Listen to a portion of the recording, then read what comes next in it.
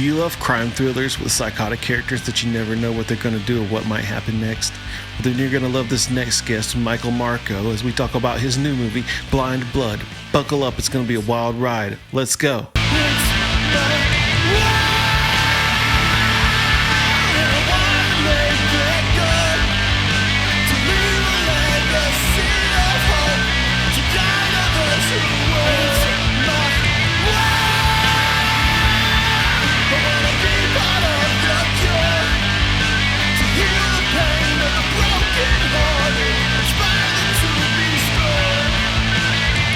Michael Marco, what a pleasure to have you here tonight.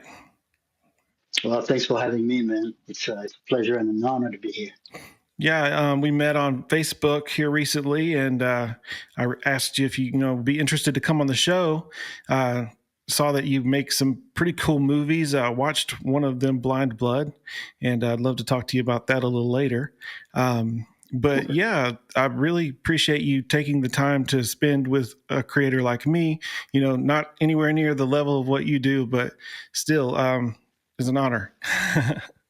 No, the pleasure is all mine, man. The honor is all mine. So yeah, thanks again for having me.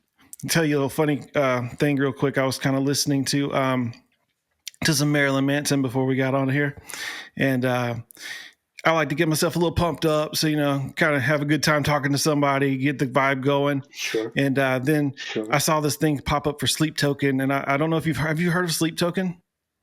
No, I haven't. If you like rock music, I highly recommend that you just check them out.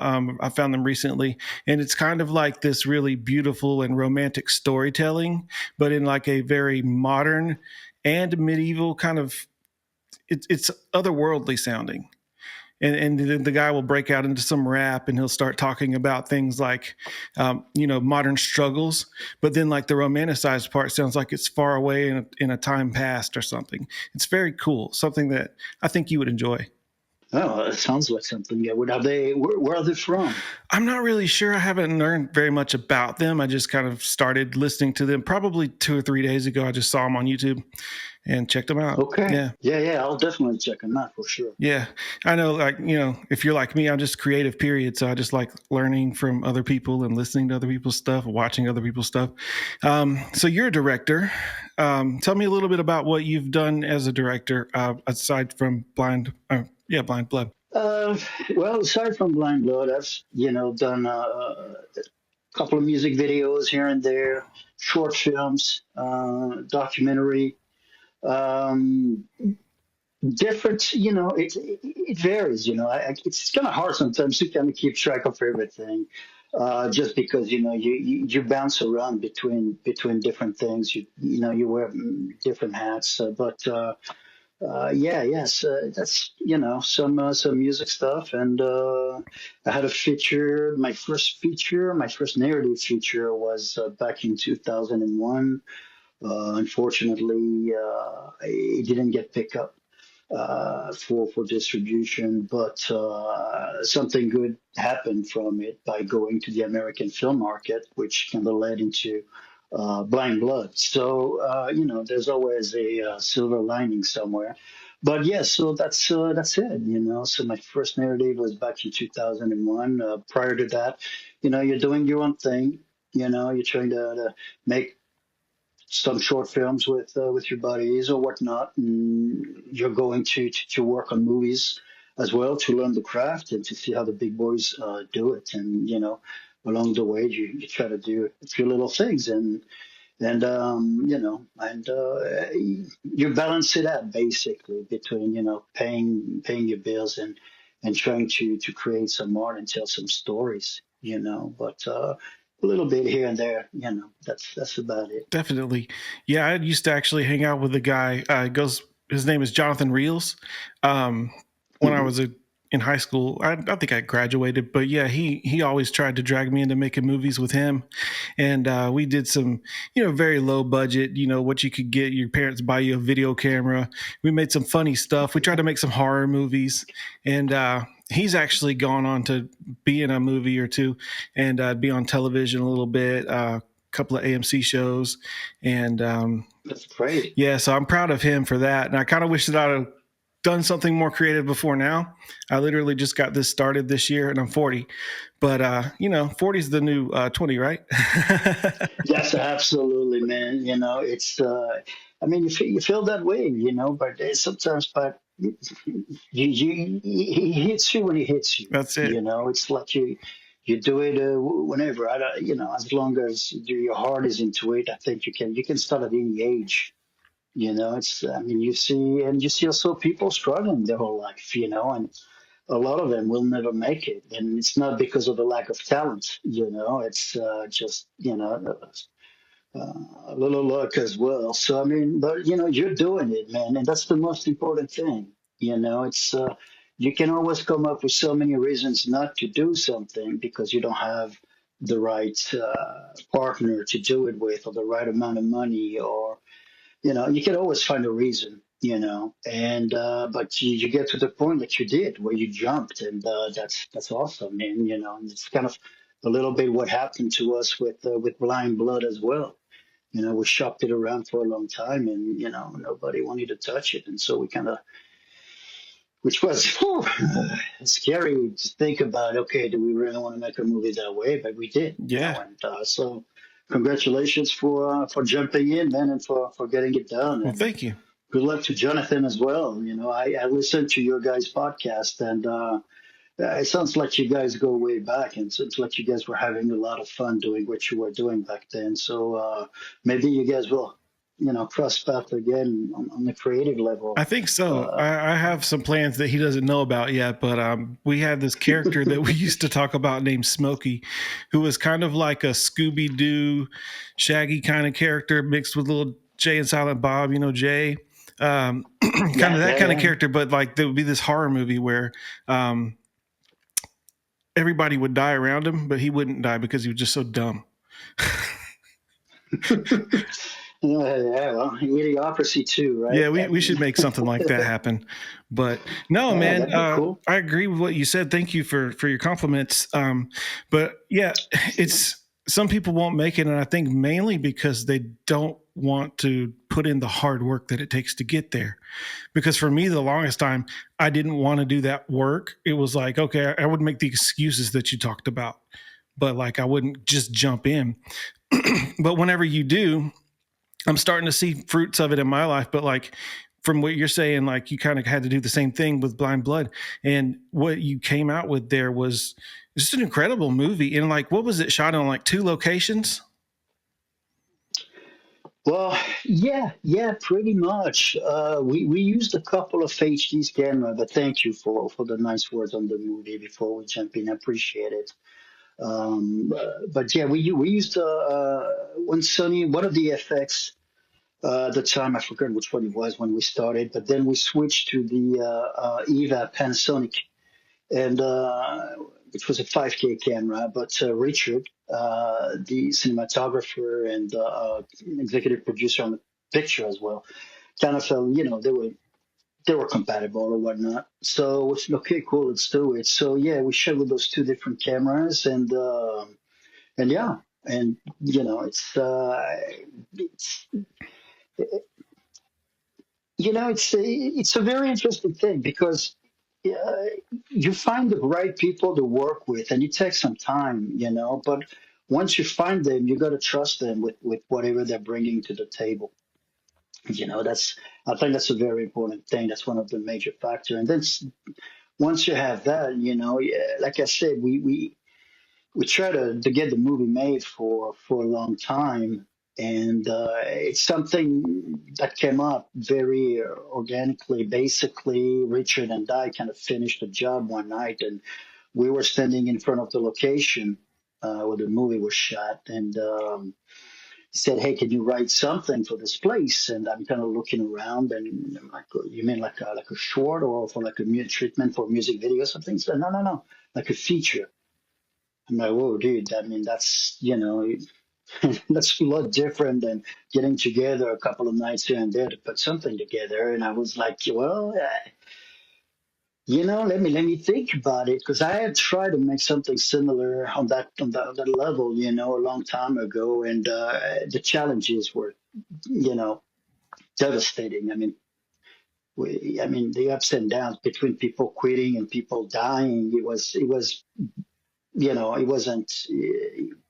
wasn't meant to be, So, but the story was still there, and so going back of when Richard asked me if I had an idea, I kind of had that idea that happened a long time ago that was based on something that happened to me, which is somebody broke into my car and stole my CD player. And I remember talking to a friend of mine a couple of days later, and my friend was, asking me, okay, well, why are you so mad? What would you have done if you would have cut the guy in the act? And they're like, I'm going to beat him up.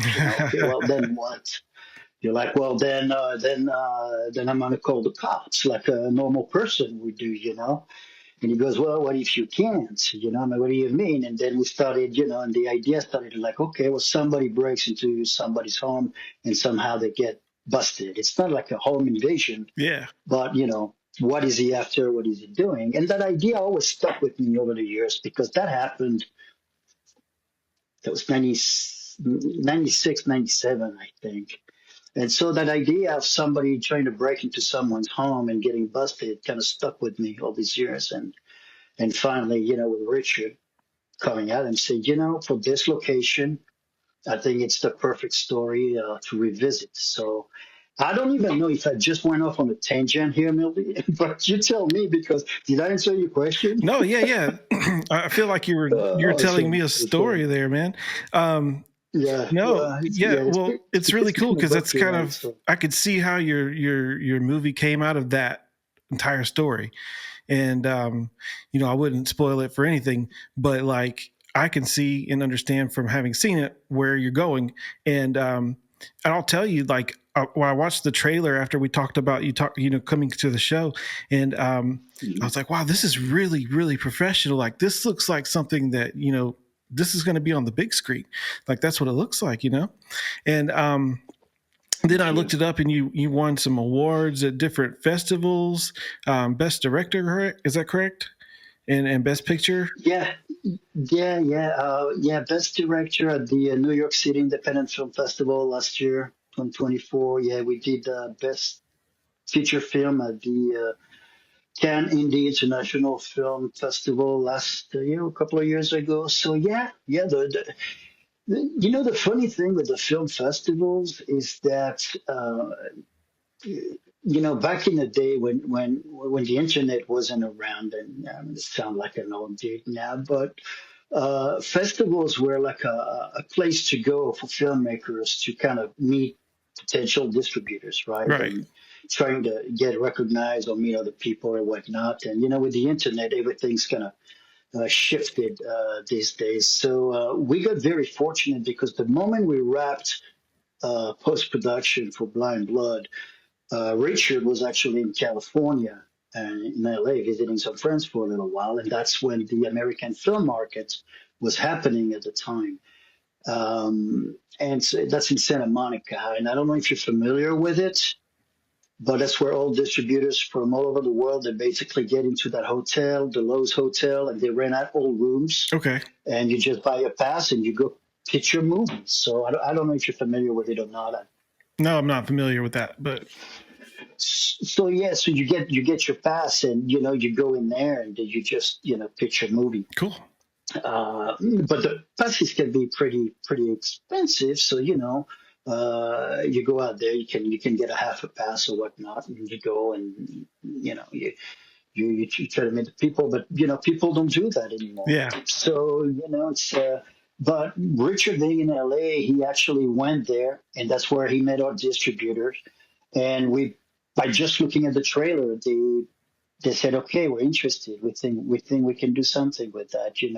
And we hadn't started the film festival circuits at this point, and so we kind of got picked up before we hit the film festival route. And after that, it was kind of like, well, let's just enjoy the ride, man. There's no pressure to try to meet somebody, to find somebody, and if I got to give an advice to your audience right now is when you make your movie, when you're done with it, spend the money to go out to the American film market to meet the distributors.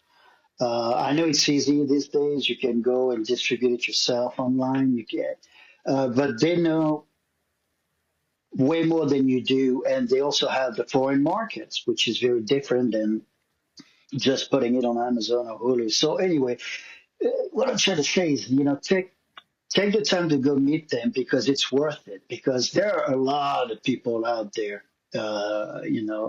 these days where they receive a lot of emails, and it's like if you just show that if they're showing up, you're showing up as well. I think it carries a lot of weight, So anyway, long story short, again, No, yeah, sorry. that's a good point. That's it's good advice, I think, too. Um, and Well, you kind of played as someone who's really unhinged, and I didn't know in the beginning, like, what was going to happen there with that guy. Like I was like, I didn't know which guy was crazier, I guess. And then as it went on, I was like, okay, I know who's crazier. But you did an awesome job. I loved it, and there was thank you. humor. Yeah, I appreciate it. Thank you. Very kind of you to say. Um, yeah, yeah. The humor, we touched a little bit about it when we were, emailing each other. So I think that to me, the humor really comes from the absurdity of the reactions For sure. of our characters to the situation. It's like nobody normal would never react the way they do, and that's where I kind of found the humor in it. It's kind of, what did he just say or what just happened, and you don't want to laugh because It's it's gross. twisted, but somehow you're like, it's kind of like, wow, okay, that kind of took me out of nowhere, which I like to think of the movie as a cross path, and you know between a sociopath and a psychopath, a drug addicted, sadistic psychopath, and of course the sociopath who's doing his thing. And so we're looking at these two characters at the crucial moment in one's life, and how the world around them just slowly starts to unravel, and how they handle that kind of situation under, the circumstances and the different behaviors and personalities, of course. So it gets a little hairy for sure. Same as last time. Same as last time.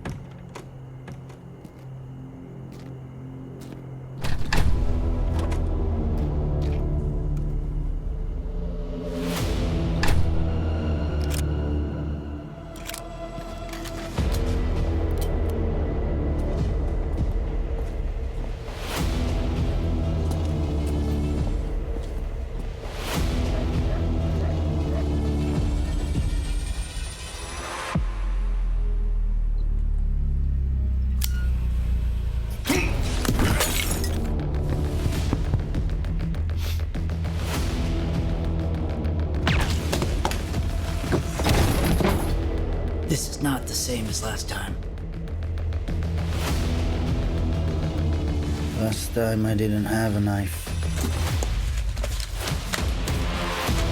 Couldn't just shoot him. Shoot him? Who's defending that?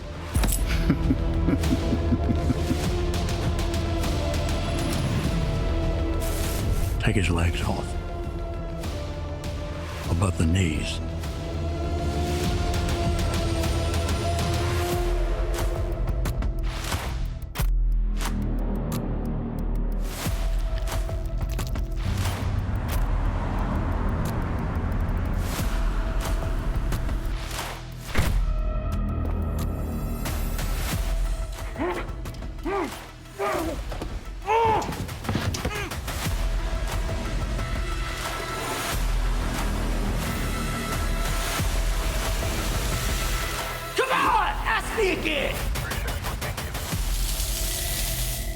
Who's that guy next door?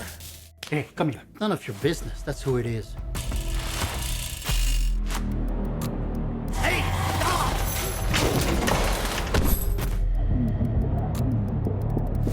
Knock it off. You knock it off! He almost got us busted! Go on.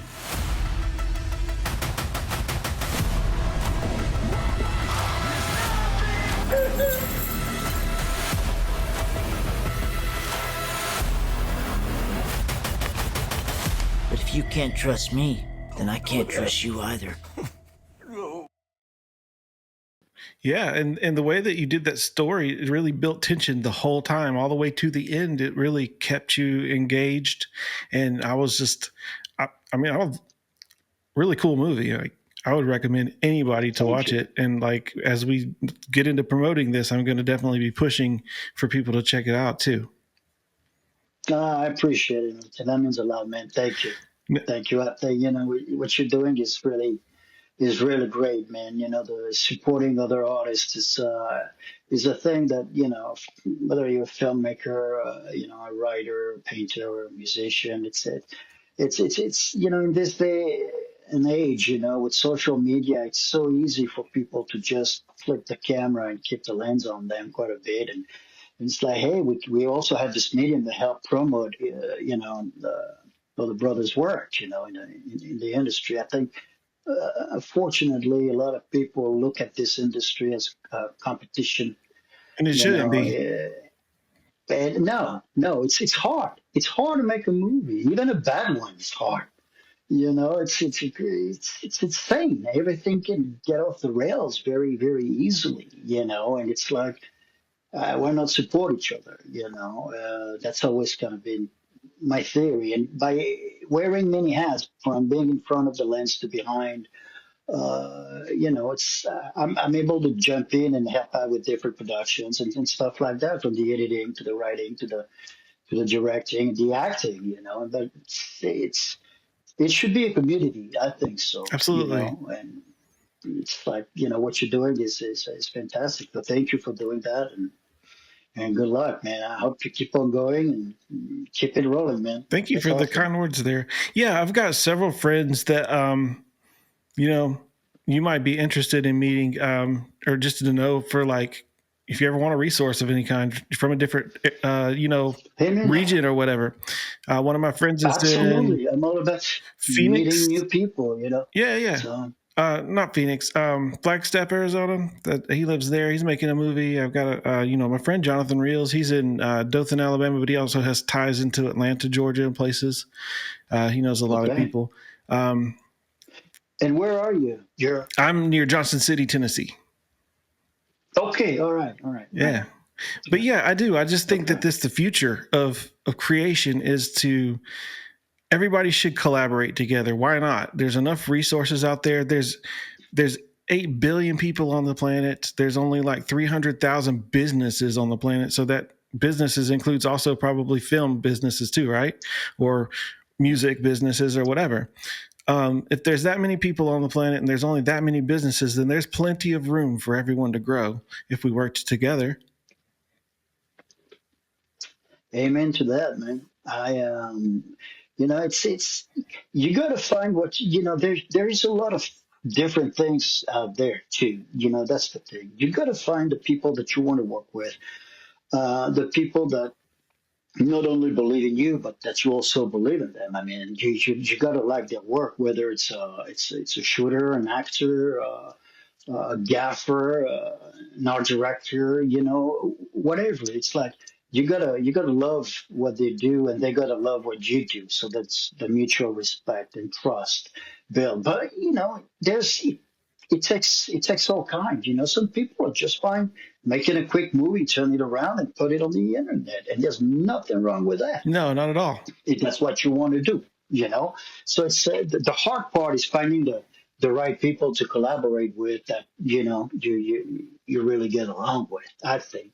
But other than that, I mean, this communities should be, yeah. I mean, I don't know. It's kind of uh, almost that's the way it should be for everything. I Yeah, for think. sure. Well, I mean, so recently, like mainstream stuff has all kind of been funneled into this one direction of thought, and everything is like it's got to appeal to everybody. But the problem with that is when you try to appeal to everybody with everything, it only appeals to the people who don't want to think for themselves. But then you've got so many other people out there who want to see something different, that there is a market for everybody. You just have to be able to find a way to present it to that crowd in a way that's appealing. And this crowd over here, they don't have to like it. That's okay. there's a bigger pie. We could split it up. Absolutely, absolutely, and I think that's the challenge right there. It's knowing when to to let go, and when you know what you got. That's also the thing. I mean, when people ask me, am I happy with Blind Blood? I'm like, well, I mean, yeah, I'm happy with Blind Blood. Considering what we had to work with, absolutely, I'm happy with it. I'm really proud of it, as a matter of fact. It's like there was a lot of people that put a lot of blood, sweat, and tears into it, a lot of hard work. So it's, you you go and you do whatever you like. If you want to put your heart into it, you do it and find the same people to do it with, and that's when it becomes fun. That's when the work becomes fun. It's getting mixed with people that have either different expectations of the job, or whatever they want out of the experience is very different than what you want, or so it can be challenging at times, but that's like, everywhere you go, I think, so. Yeah, that makes sense. Well, I really appreciate you coming, talking to me this evening. Oh man, I really appreciate your time. Thanks a lot, Milty. Absolutely. Thank you all for listening and watching. Go check out Blind Blood. Go look up Michael Marco. He's got some really cool stuff. Was even on Dragon Ball Z. We didn't even talk about that. But you got just a second to just throw that little bit in there. How did you get into Dragon Ball Z? Oh yeah, sure, man. No, Dragon Ball Z was I don't remember if how did I get there? I believe it was my friend Tiffany. Tiffany, who's one of the voice on there, that kind of connected me with somebody there, I believe. And so I went, and I only did one episode. I did it was a feature called Cooler's Revenge. And yeah, it was a really fun experience. I really enjoyed it. Funny little story. It's when I went in to do my voiceover, I got recorded, and the director wasn't there. I got recorded by the assistant director, and they called me back a little bit later, and they said, "Hey, you got to come back, and they want to reduce some of your lines." And I went back, and like they wanted me to bring out the French Oh, yeah. a lot more. I was like, okay, well, so I did, and so that's why my character has quite a little bit of a strong French accent in it. But the funny thing is, when the reviews started to come out, somebody kind of said, this is the worst French accent I ever heard. It sounds like some Italian New Yorker trying to speak French, and I'm just like, hey man, I still have my passport over there. I can show it to you. So anyway, That's awesome. It's kind of funny. So you were just talking about accents, and that just reminded me of that. But yeah, thank you. No, thank you very much. Thank you. See you next time. All right, bye. Thanks for watching.